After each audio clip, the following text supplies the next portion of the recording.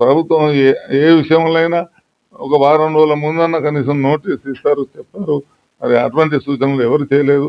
మాకు నిన్న నుండి గ్యాస్ డీలర్స్ వారు చెప్పడం వల్లే మాకు ఈరోజు మేమందరం కలవాల్సి వచ్చింది. మరి ఈ పరిస్థితి కోసం మరి మన గౌరవనీయ తెలంగాణ రాష్ట్ర ముఖ్యమంత్రి రేవంత్ రెడ్డి గారిని కలిసి మా బాధ విన్నవించుకోవడానికి మేము సాయంత్రం వారిని కలవడానికి ప్రయత్నం చేస్తున్నాం. ప్రధానమంత్రితోని ఈ పెట్రోలియం మంత్రి వారితో అందరితో మాట్లాడి ఏదో ఒక నిర్ణయానికి రావడానికి మేము వెళ్తున్నాము. ఆ తర్వాత మనం నిర్ణయం తీసుకున్నాము. ఇప్పుడైతే మీరంతా ఉన్నంత వరకు మీరు ఓటర్స్ నడిపోయిందని వారు చెప్పడం జరిగింది. అదేవిధంగా ఎవరు చెప్పవలసిన అంత అవసరం లేదు. ఎవరికి వారే గ్యాస్ ఎప్పుడైతే అయిపోతుందో హోటల్ డోర్ మూసుకునే పరిస్థితి ఉన్నది.